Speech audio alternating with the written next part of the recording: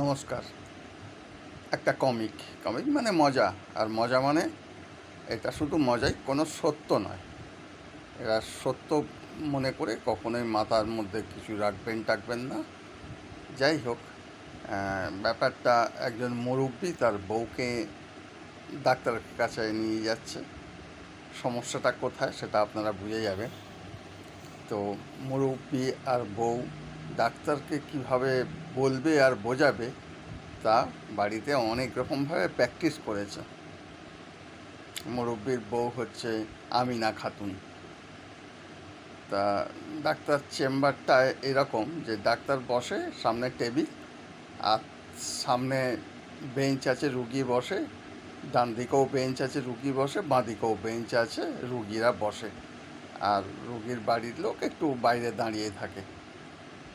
মানে সব কিছুই পাশাপাশি, একটু দূরেই দাঁড়িয়ে থাকে। তা আমিনা খাতুন ডাক্তারের কাছে গিয়ে বলছে, ডাক্তারবাবু, খাল পাড়ে একটু সমস্যা হয়েছে, তবে খালের ভেতরে কোনো সমস্যা হয়নি, খাল পাড়ে খুব সমস্যা আছে।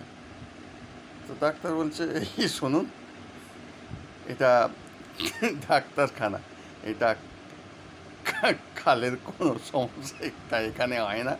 আপনি যদি পঞ্চায়েতের লোক হন তাহলে পঞ্চায়েতে বলবেন, আর যদি পৌরসভার হন তাহলে পৌরসভায় বলবেন। না, ড্রেনের ভেতরে কোনো সমস্যা নেই, আপনি ঠিক বুঝতে পারছেন না, ড্রেনের সাইডে খুব সমস্যা হয়েছে, বুঝেছেন ডাক্তারবাবু? বলে, আপনাকে বললাম তো, খাল, ড্রেন, পুকুর, এগুলো ডাক্তারখানায় এসে বললে হয় না, এগুলো এই পঞ্চায়েতে বা পৌরসভায় বলতে হয়।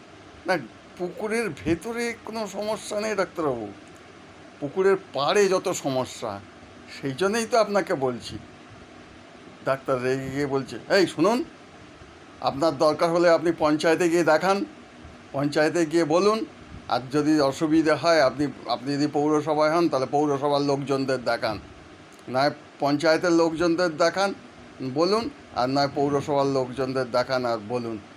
মুরব্বি সাইডে ছিল, দৌড়ে এসে বলছে, এই শুনুন, আপনার ডাক্তারি করতে হবে না, কথাবার্তা বুঝতে শেখেননি, কিছু শেখেননি, চলো বলে চলতে শুরু করলো।